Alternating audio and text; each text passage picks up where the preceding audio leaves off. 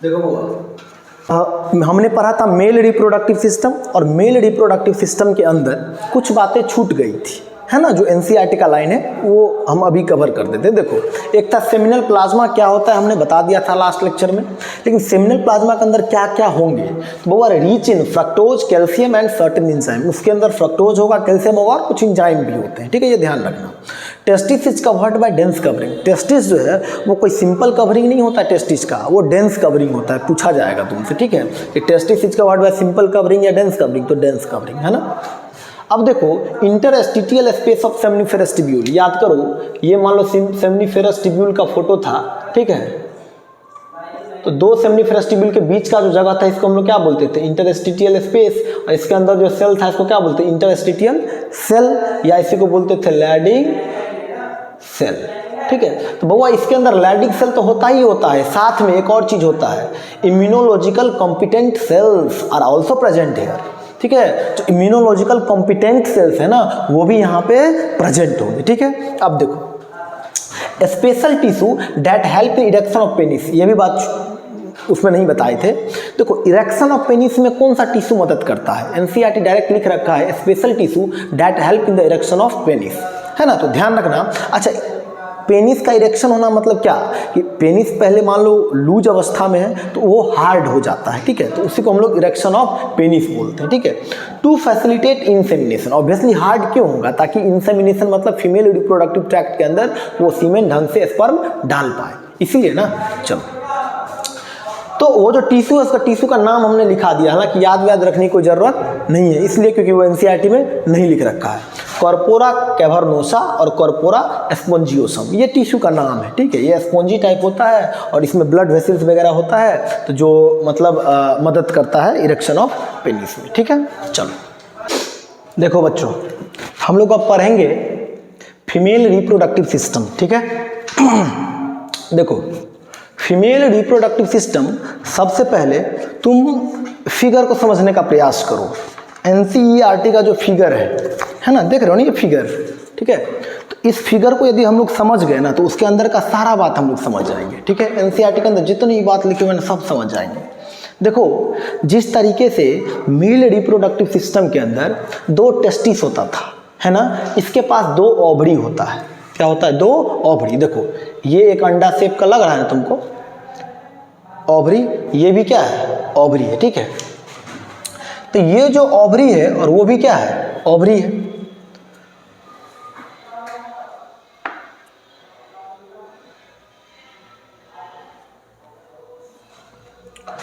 देखो बच्चों, आज हम लोग पढ़ेंगे फीमेल रिप्रोडक्टिव सिस्टम, ठीक है।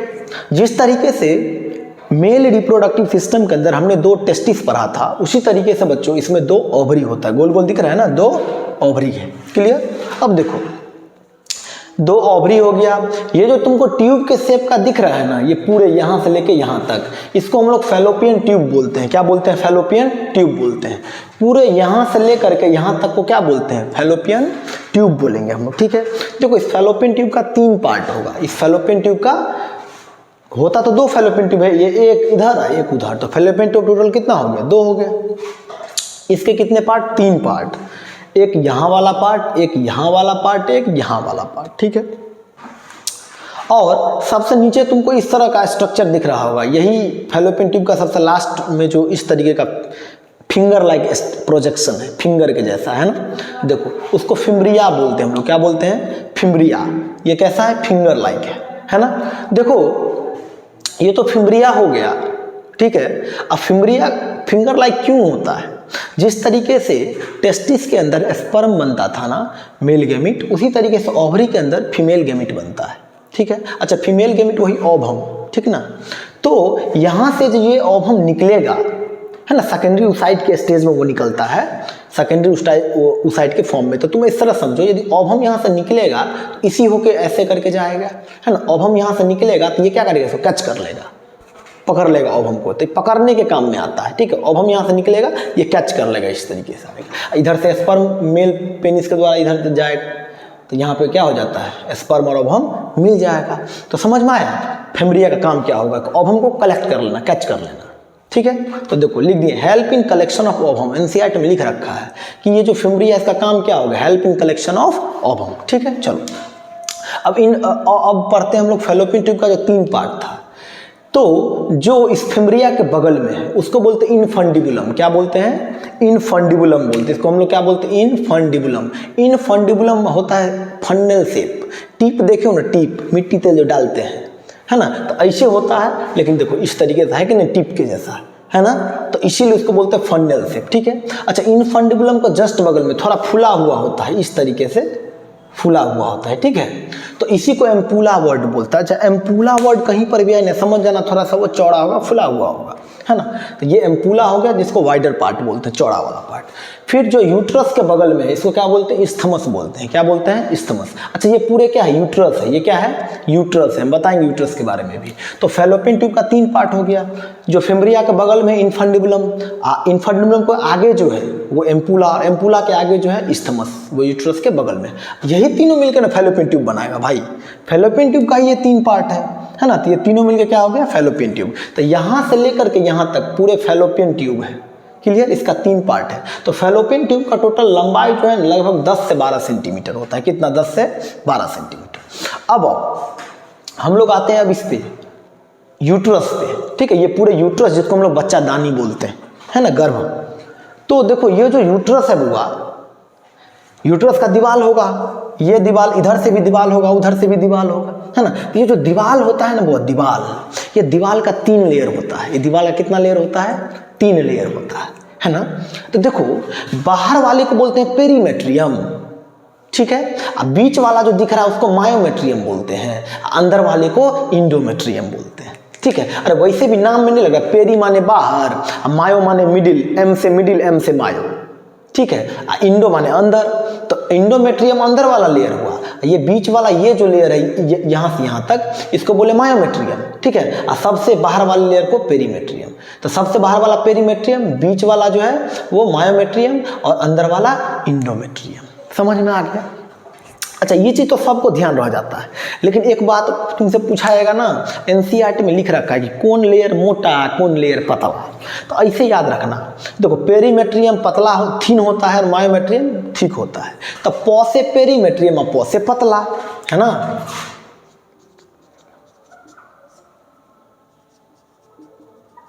ठीक है, तो देखो ये जो पौ से पेरीमेट्रियम और पौ से पतला, अब मौ से मायोमेट्रियम, मौ से मोटा, कितना अच्छा याद है ना। लोग छोटा छोटा बात में कंफ्यूज कर जाता है, इसलिए चीज़ ध्यान रखना। नीट में जो क्वेश्चन आता है ना वो ऐसे ही फंसाएगा तुमको। ठीक है, कि कौन मोटा कौन पतला। अच्छा इंडोमेट्रियम के बारे में मोटा और पतला एनसीईआरटी में नहीं लिख रखा है। इंडोमेट्रियम के बारे में लिखा है ग्लैंडुलर लेयर।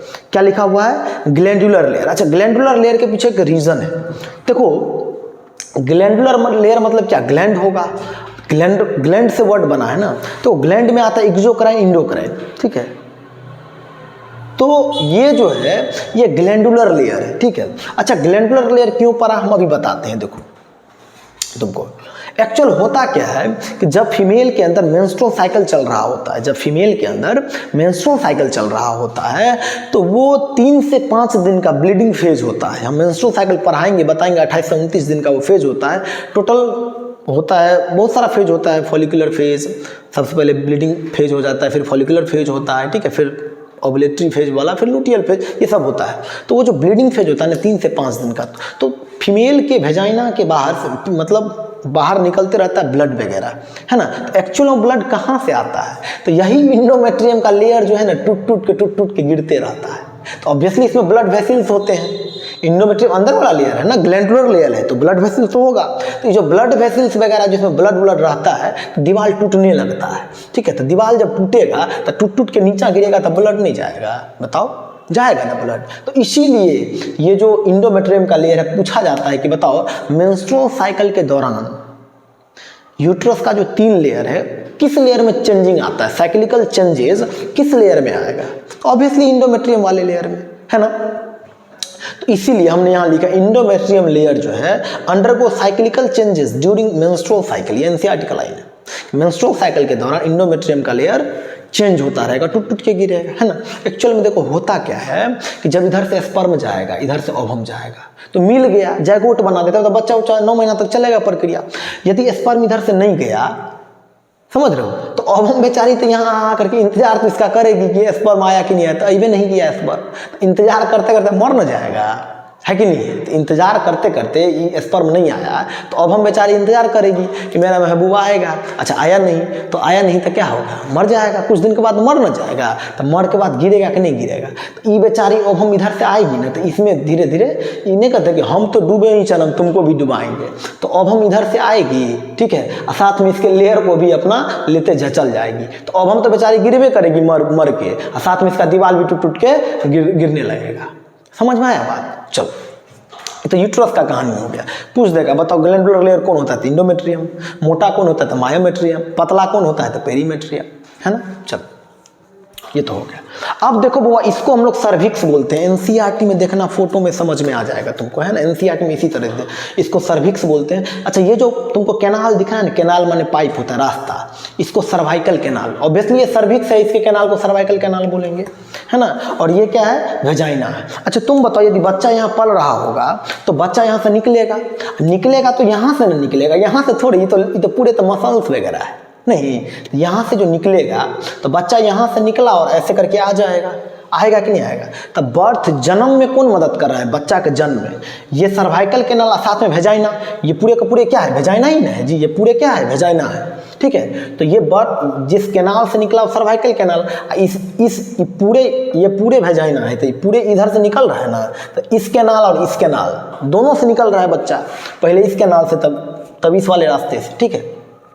तो ये सर्वाइकल कैनाल और वेजाइना दोनों मिल करके क्या बनाएगा, बर्थ कैनाल। क्या बनाएगा, बर्थ कैनाल। अच्छा, पूछा जाता है कि बताओ बर्थ कैनाल कौन कौन सा पार्ट जो मिल के बनाएगा, तो बताना सर्वाइकल कैनाल प्लस वेजाइना, ठीक है। ये मत बोलना सर्विक्स प्लस जो है सो सर्वाइकल कैनाल, नहीं, सर्वाइकल कैनाल प्लस वेजाइना, ठीक है। ये दोनों मिलके बर्थ कैनाल बनाएगा, ठीक है। अब देखो, तुम बोलोगे फंडस क्या लिख दिया, अरे बुआ देखो, यूट्रस का अलग अलग पार्ट होता है, हम लोग को उतना डिटेल में नहीं जानना होता है, ठीक है। तो ये जो पूरे दिख रहा है ना तुमको, ऊपर वाला ये फंडस पार्ट बोलते हैं, यूट्रस का ही पार्ट है, ठीक है। ये जो दिख रहा है इसको बॉडी वाला पार्ट बोलते हैं। तो उतना दिमाग नहीं लगा ना, बस एनसीईआरटी में यूट्राइन फंडस दिया है तो हमने लिख दिया, ठीक है। एनसीईआरटी में यूट्राइन फंडस दिया है तो हमने लिख दिया। बाकी देखो सारा चीज़ तो समझ ही गए, ठीक है। अच्छा, मायोमेट्रियम का फंक्शन समझो।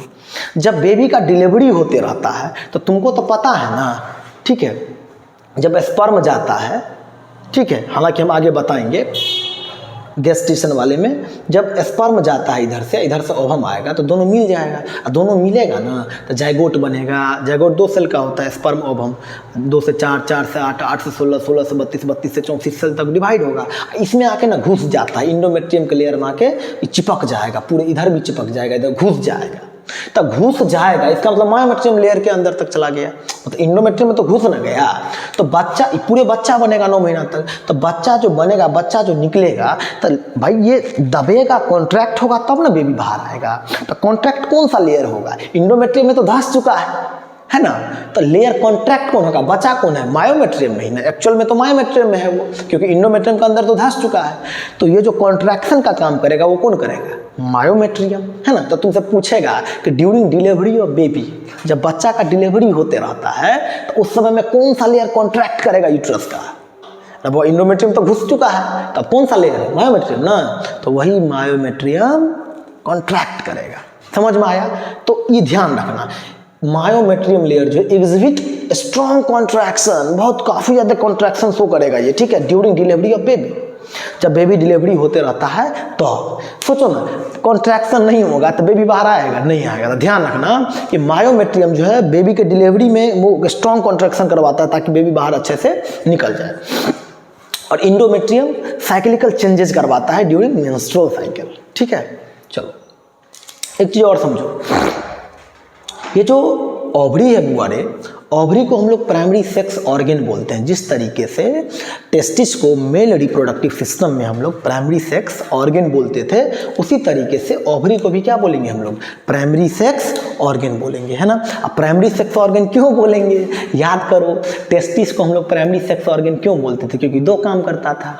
एक गैमीट बनाता था, एक हार्मोन बनाता था।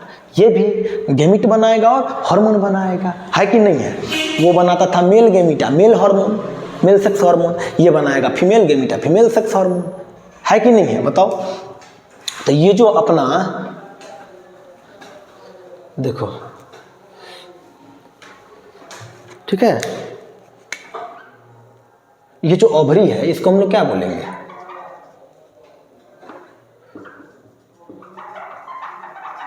प्राइमरी सेक्स ऑर्गन बोलेंगे। क्यों बोलेंगे प्राइमरी सेक्स ऑर्गन? बताओ। इसीलिए क्योंकि ये दो काम करेगा। कितना काम? दो काम करेगा, है ना। पहला तो ये कि फॉर्म गैमिट, गैमिट बनाएगा, और दूसरा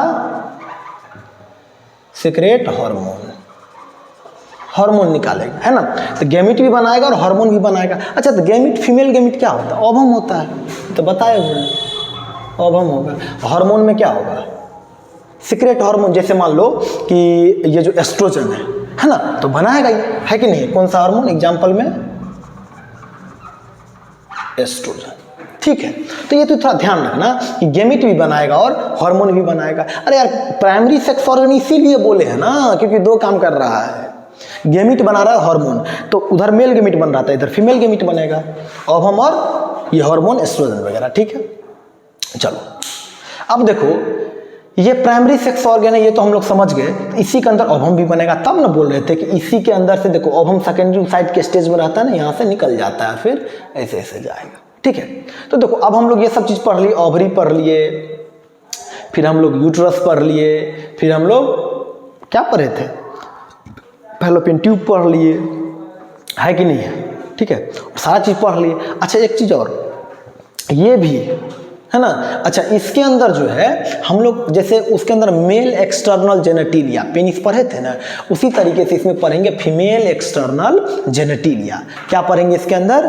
फीमेल एक्सटर्नल जेनेटिलिया, ठीक है। तो देखो,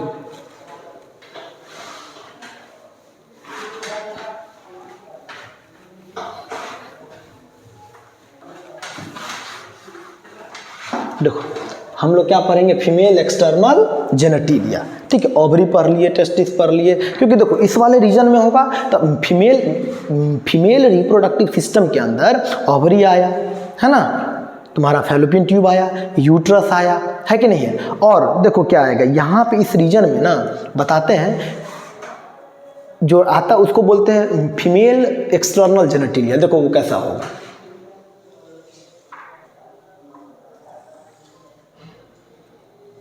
फिगर उतना अच्छा नहीं बन पा रहा है, लेकिन कोई बात नहीं।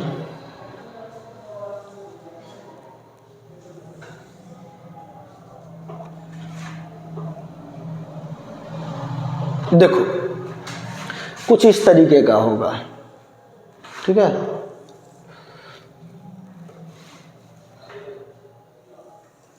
ठीक है, ये हेयर है ना, जो बाहरी वाला पार्ट जो दिखता है वही हम बना रहे हैं, ठीक है। फीमेल एक्सटर्नल, जिस तरीके से मेल एक्सटर्नल जेनेटिलिया पढ़े थे ना, ये फीमेल एक्सटर्नल जेनेटिलिया हम लोग पढ़े, ठीक है। चलो देखो, ये हमारा हो गया फीमेल एक्सटर्नल जेनेटिलिया। क्या हो गया? फीमेल एक्सटर्नल जेनेटिलिया, ठीक है। देखो इस वाले रीजन को, ये स्किन वाला रीजन है, ठीक है, इसको हम लोग बोलते हैं मोन्स प्यूबिस। क्या बोलते हैं? मोन्स प्यूबिस। क्या बोलेंगे? मोन्स प्यूबिस बोलेंगे। अच्छा, इसके ऊपर जो हेयर है, हेयर वगैरह होता है ना इसके ऊपर, इसको बोलते हैं हम लोग क्या? Pubic hair. क्या बोलेंगे? प्यूबिक हेयर बोलेंगे, ठीक है। अच्छा, अंदर वाला जो फोल्ड दिख रहा है छोटका वाला, छोटका को माइनर बोलते हैं, है ना, तो बोल देंगे इसको लेबिया माइनोरा, है ना। अब बड़ा वाले को क्या बोल देंगे? Labia majora. इस वाले को क्या बोल देंगे? लेबिया मेजोरा, है ना। तो छोटा वाले को माइनोरा, वैसे भी छोटा को माइनर, बड़ा को मेजर, तो छोटा वाले को माइनोरा, बड़ा वाले को मेजोरा, लेबिया मेजोरा। अच्छा, इसके अंदर हम बता रहे हैं तुमको, देखो एक छिद्र यहाँ होता है, एक छिद्र यहाँ होता है, ठीक है, और यहाँ पे कुछ फिंगर लाइक स्ट्रक्चर होता है, हम बताएंगे क्या होता है, ठीक है। तो देखो इसके अंदर दो छिद्र होता है, दो होल होता है। जैसे मेल के अंदर क्या एक ही होल है, उसी के थ्रू पेशाब भी निकलेगा और उसी के थ्रू सीमेन भी निकलेगा। तो देखो नीचा वाला जो होल है ना, इसको हम लोग बोलते हैं वेजिनल ओपनिंग। क्या बोलते हैं? Vaginal opening. और ऊपर वाला जो है इसको हम लोग बोलते हैं यूरेथ्रल ओपनिंग। क्या बोलेंगे? यूरेथ्रल। मतलब वेजिनल ओपनिंग के थ्रू जो है ना, वेजाइना है तो इसके थ्रू मान लो सेक्सुअल इंटरकोर्स होगा या फिर मेंस्ट्रुअल ब्लीडिंग वगैरह इसी के थ्रू होता है, ठीक है। ये जो है ये पेशाब वाला रास्ता है, ठीक ना। तो पूछ देगा कि पेशाब वाला रास्ता इंटरकोर्स वाला रास्ता, तो बताओ ऊपर नीचा कौन होता है? तो बता देना। यूरेथ्रल ऊपर होता है, यूरेथ्रल ओपनिंग, और वेजिनल ओपनिंग नीचे होता है कि नहीं? अच्छा, यहाँ फिंगर के जैसा जो दिख रहा है इसको हम लोग बोलते हैं क्लाइटोरिस। क्या बोलते हैं? क्लाइटोरिस बोलते हैं, क्लाइटोरिस बोलते हैं, ठीक है। इसको क्या बोलेंगे हम लोग? क्लाइटोरिस बोलेंगे। जिस तरीके से उसमें पेनिस का वो होता है ना, उसी तरीके से यहाँ पे मतलब जिस तरीके से मेल के अंदर पेनिस होता है ना इरेक्ट होने के लिए, है ना, हार्ड होने के लिए, उसी तरीके से इसमें ये हार्ड हो जाता है, क्लाइटोरिस। क्या हो जाता है? उसी तरीके से इसके लिए क्लाइटोरिस होता है, ठीक है। चलो अब देखो यूरेथ्रल ओपनिंग और वेजिनल ओपनिंग हो गया, ठीक ना। अब वेजिनल ओपनिंग में एक स्पेशल स्ट्रक्चर होता है, बताते हैं। जैसे देखो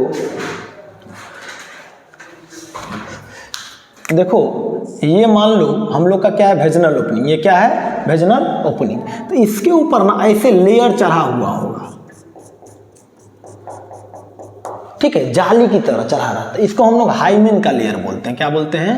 हाइमेन बोलते हैं, है ना। तो यही ऐसा कहा जाता है ना कि ड्यूरिंग सेक्सुअल इंटरकोर्स ना ये हाइमेन का लेयर टूट जाता है ना। तो ऑब्वियसली ये टूटेगा तो ब्लड जाएगा भाई पर्दा टूटेगा तो ब्लड जाएगा कि नहीं जाएगा? तो लोग समझ लेता है ना कि मान लो कि इंटरकोर्स किए, सेक्सुअल इंटरकोर्स किए, अब ब्लड नहीं गया, इसका मतलब हाइमेन पहले से टूटा हुआ है। अरे गलत बात ना है जी, क्यों बताते हैं तुमको। हाइमेन लोग बुझ लेता है ना कि हाइमेन मतलब ब्लड नहीं गया, इसका मतलब हाइमेन का लेयर पहले से टूटा है, मतलब पहले से सेक्सुअल इंटरकोर्स हुआ होगा। तो ऐसा कोई बात नहीं है, क्योंकि समझाते हैं। देखो ये टूट सकता है बहुत कारणों से। हॉर्स राइडिंग से भी टूट सकता है। फीमेल मान लो कहीं साइकिलिंग कर रही है, उससे भी टूट सकता है। जोल्ट झटका कहीं लग गया, गिर गई हो, है कि नहीं। वेजिनल टेम्पोन कुछ इंसर्ट करने से भी टूट सकता है, कोई भी रीजन हो सकता है। तो ऐसा कोई जरूरी थोड़े है कि फीमेल कहीं ना कहीं सेक्सुअल इंटरकोर्स करवाई होगी तभी टूटा होगा, ऐसा कोई जरूरी नहीं है। इसलिए एनसीईआरटी में लिखा हुआ है कि presence or absence of hymen layer is not a reliable indicator of sexual intercourse, sexual experience or virginity, है ना। तो कोई इंडिकेटर नहीं है कि हाइमेन रहेगा तो मान लो ठीक है, नहीं रहेगा तो गड़बड़ है, ऐसा कोई बात नहीं है।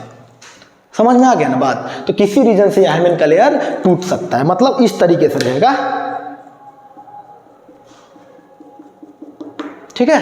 हाँ, और देखो ये जो लेबिया माइनोरा जहां पे जंक्शन है ना दोनों लेयर का, जहां पे लेबिया माइनोरा का दोनों लेयर मिल रहा है वहां पे क्लाइटोरिस है।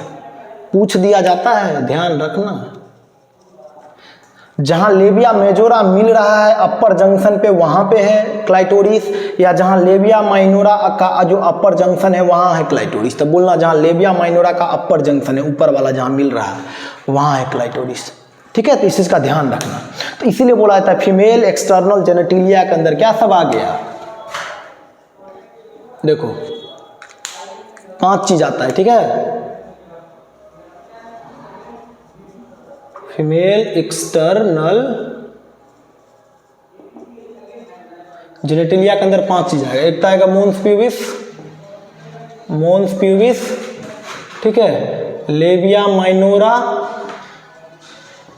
लेबिया मेजोरा, ठीक है, लेबिया मेजोरा, हाइमेन और क्लाइटोरिस। समझ में आ गया? क्लाइटोरिस क्या होता है? होमोलोगस टू पेनिस, पेनिस के जैसा होता है, ठीक है। चलो, तो हम लोग फीमेल एक्सटर्नल जेनेटिलिया भी पढ़ लिए, है ना। अब देखो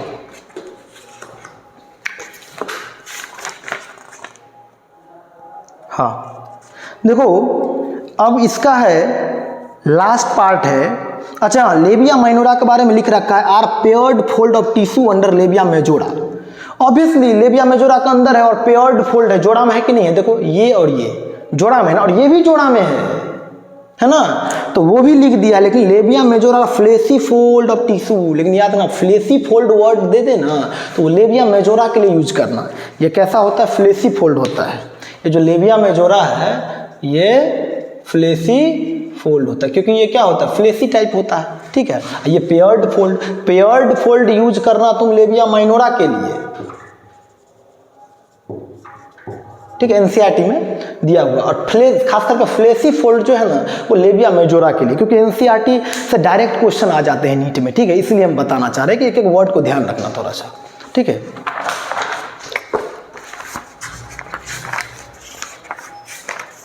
बाद बाकी देखो, अब एक आ जाता है मेमोरी ग्लैंड। ये भी इनडायरेक्टली रूप से मदद करता है हम लोग के,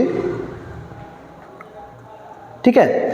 ये जो फंक्शनल मेमोरी ग्लैंड है ना, ये भी हम लोग के रिप्रोडक्टिव सिस्टम में मदद, ऑब्वियसली यार जब भी महिला प्रेग्नेंट होगी आफ्टर डिलीवरी, मान लो कि उसी समय जो है सो मिल्क का सिक्रेशन होता है। ऐसा थोड़े है कि मान लो कि बिना सेक्सुअल इंटर को, मतलब बिना पहले ही मान लो कि जो है सो मिल्क का सिक्रेशन हो लगेगा, ऐसा कोई बात नहीं है कि मान लो 12-13 साल हुआ मान लो ऐसे ही मिल्क का सिक्रेशन होने लगा, ऐसा तो कोई, सब हार्मोनल इम्बैलेंस होने की वजह से होता है।